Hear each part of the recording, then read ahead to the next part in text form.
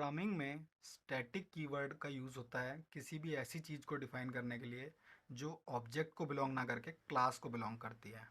तो इस चीज़ को समझने के लिए हमें सबसे पहले ये ध्यान में रखना होगा कि एक क्लास के हम मल्टीपल ऑब्जेक्ट क्रिएट कर सकते हैं। जैसे कि अभी तक हमने ये कार क्लास देखी थी। एक कार क्लास के हम मल्टीपल ऑब्जेक्ट क्रिएट करते हैं। उन सब की अपनी प्रॉपर्टीज़ हो सकती हैं, जो कि हमने जैसे कलर डिफाइन किया था। हर एक कार का अपना अपना कलर हो सकता है, अपनी अपनी मैक्स स्पीड हो सकती है। बट स्टैटिक वेरिएबल्स के केस में क्या होगा कि वो वेरिएबल क्लास को बिलोंग करेगा, ना कि इंडिविजुअल ऑब्जेक्ट्स को। यानी कि एक क्लास का एक सिंगल ही वेरिएबल होगा और ऑब्जेक्ट के पास वो वेरिएबल नहीं होगा, वो कार को बिलोंग करेगा। तो इस चीज़ को अगर हम कोड से समझें, तो जैसे कि यहाँ हमने कार के केस में मॉडल कलर और मैक्स स्पीड दो वेरिएबल डिफाइन किए थे, और इन दोनों को हम अपने कोड में एक्सेस भी कर पा रहे हैं। और सिंपली इसको रन करें तो ये मॉडल कलर ब्लैक प्रिंट कर देगा। ओके। अब मैं यहाँ पे एक से ज़्यादा ऑब्जेक्ट भी क्रिएट कर सकता हूँ, और उसमें से किसी एक का मैं मॉडल कलर चेंज करूँगा तो बाकी ऑब्जेक्ट्स पे कोई इम्पैक्ट नहीं आएगा उसका। बट क्या होगा अगर मैं इसको स्टैटिक वेरिएबल बना दूँ? स्टैटिक वेरिएबल बनाने के लिए कुछ भी नहीं करना है, उसके टाइप से पहले हमें सिंपली स्टैटिक कीवर्ड लिख देना है। तो इस केस में यहाँ पर इसने एक एरर थ्रो कर दी कि जो मेंबर है वो इंस्टेंस रेफरेंस से कॉल नहीं हो सकता। यानी कि अब ये मेंबर क्लास को बिलोंग करता है, किसी ऑब्जेक्ट को बिलोंग नहीं करता। आप इसको ऑब्जेक्ट से कॉल नहीं कर सकते। इसको कॉल करने के लिए हम यूज़ करेंगे क्लास का नेम। तो यहाँ पे मुझे ऑब्जेक्ट क्रिएट करने की कोई ज़रूरत नहीं रहेगी। मैं डायरेक्ट कार, जो क्लास का नेम था, डॉट मॉडल कलर प्रिंट करूँगा तो ये ब्लैक यहाँ पे प्रिंट कर देगा।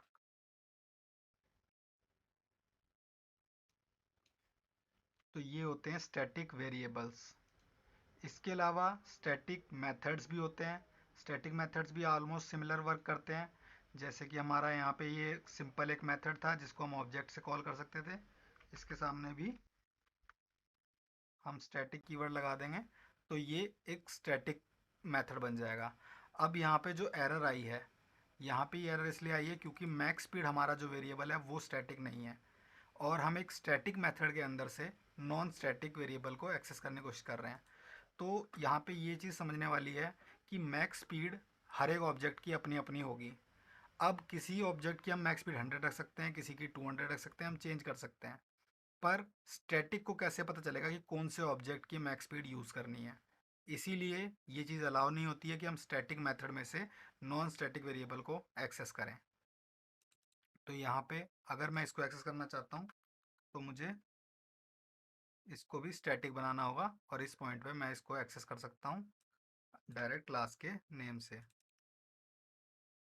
तो मैं यहाँ गेट मैक्स स्पीड जब कॉल करूँगा तो ये इजीली मेरा कॉल हो जाएगा।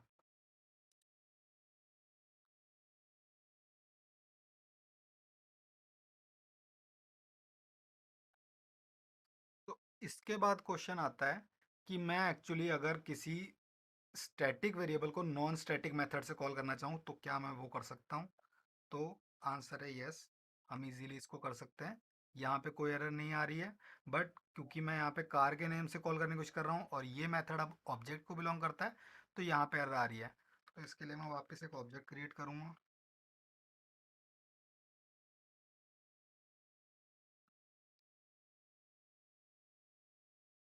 और इस ऑब्जेक्ट के थ्रू मैं ये मेथड को कॉल करूँगा। तो यहाँ पे क्या हुआ कि इस ऑब्जेक्ट के थ्रू ये मेथड कॉल हुआ जो ऑब्जेक्ट को बिलोंग करता था, और इस क्लास में पहुँचने के बाद उसने देखा कि क्लास में कोई मैक्स स्पीड का वेरिएबल है, तो उसको स्टैटिक वेरिएबल मिला तो उसने स्टैटिक वेरिएबल यूज़ कर लिया। तो इस तरीके से, हालांकि ये वेरिएबल सारे ऑब्जेक्ट्स के लिए सेम होगा, बट इसको हम हर ऑब्जेक्ट से कॉल कर सकते हैं और चेक कर सकते हैं क्या है। अगर हम किसी भी केस में इसको चेंज करते हैं, फॉर एग्जांपल मैं यहाँ पे मैक्स स्पीड इक्वल टू 50 करता हूँ, तो मैं एक ऑब्जेक्ट से इसको चेंज करूँगा, बट जितने भी ऑब्जेक्ट हैं वो गेट मैक्स स्पीड पे इसको 50 ही रिटर्न करेंगे। तो इस तरीके से शेयर्ड वेरिएबल होते हैं एक तरीके से स्टैटिक, जो कि सारे के सारे ऑब्जेक्ट्स आपस में शेयर करते हैं, और एक सिंगल ऑब्जेक्ट को ये वेरिएबल्स बिलोंग नहीं करते हैं। इसके अलावा जो सबसे इम्पोर्टेंट कॉन्सेप्ट आता है इसमें, वो होता है स्टैटिक कंस्ट्रक्टर्स। जैसे कि हमारे वेरिएबल्स और मेथड स्टैटिक होते हैं, वैसे ही हम एक स्टैटिक कंस्ट्रक्टर भी प्रोवाइड कर सकते हैं। स्टैटिक कार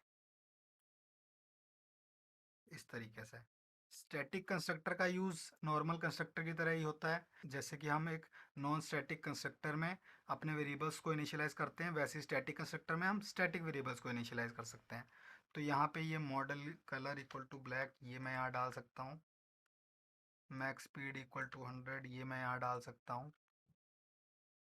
तो इसके बाद मुझे इनकी कोई ज़रूरत नहीं रह गई यहाँ पे इनको इनिशियलाइज करने की, और मैं कंस्ट्रक्टर में इसको इनिशियलाइज करता हूँ। एक स्टैटिक कंस्ट्रक्टर की जो लिमिटेशन होती है, इसमें हम कुछ भी पैरामीटर्स पास नहीं कर सकते। क्यों? क्योंकि ये कार जो स्टैटिक कंस्ट्रक्टर है, ये उस पॉइंट पे कॉल नहीं होगा जब मैं इसको इनिशियलाइज कर रहा हूँ। ये तब कॉल होता है जब भी मैं उसको पहले रेफरेंस करता हूँ। तो मैं अगर यहाँ पे इसका ऑब्जेक्ट ना भी क्रिएट करूँ और direct car dot model colour print कराने की कोशिश करूँ,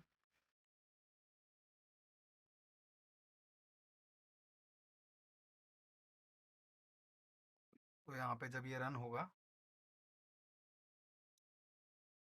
तो ये ब्लैक प्रिंट करेगा।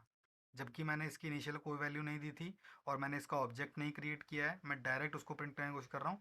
बट क्योंकि एक स्टैटिक कंस्ट्रक्टर मैंने इसमें दे रखा है, तो जैसे ही मैं इस कार को यूज़ करने की कोशिश करूँगा, इस क्लास को, उसी टाइम पे ये इस कंस्ट्रक्टर को रन करेगा और ये वैल्यूज़ इनिशियलाइज हो जाएंगी। तो कभी भी हमें वैल्यूज़ ऐसी तो कभी भी हमें कुछ स्टैटिक वैल्यूज़ को इनिशियलाइज करना हो, तो हम स्टैटिक कंस्ट्रक्टर का उस केस में यूज़ कर सकते हैं। इसके अलावा हम अपनी क्लास को भी स्टैटिक मार्क कर सकते हैं। स्टैटिक क्लास का और कुछ भी मतलब नहीं होता, उसका सिंपल ये मतलब होता है कि इसके अंदर कोई भी नॉन स्टैटिक मेंबर अब प्रेजेंट नहीं होना चाहिए।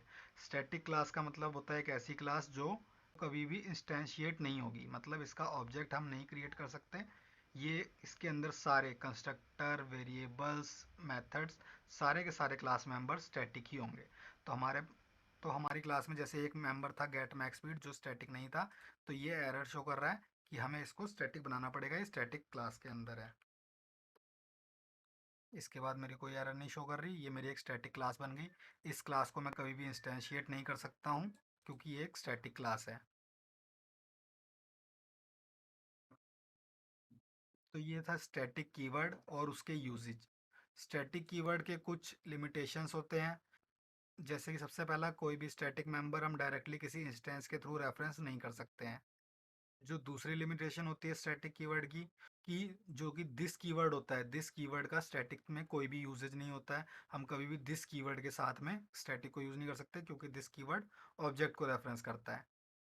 इसके अलावा स्टैटिक कीवर्ड्स अगर क्लास के साथ यूज़ होते हैं तो उस क्लास के अंदर सिर्फ स्टैटिक मेंबर्स होंगे, नॉन स्टैटिक मेंबर्स हम प्लेस नहीं कर सकते। अगर हम कंस्ट्रक्टर प्रोवाइड करना चाहते हैं तो वो भी स्टैटिक होगा, उसके कोई भी वेरिएबल्स, मेथड, वो सब स्टैटिक होंगे। प्लस उस क्लास को हम इंस्टेंशिएट नहीं कर पाएंगे और इवन उसको इनहेरिट भी नहीं कर सकते। वो एक सील्ड क्लास हो जाएगी, यानी कि उसको कोई भी दूसरी क्लास इनहेरिट नहीं कर पाएगी। तो ये था स्टैटिक कीवर्ड और उसके कुछ लिमिटेशंस। नेक्स्ट लेक्चर में हम इनम्स के बारे में पढ़ेंगे।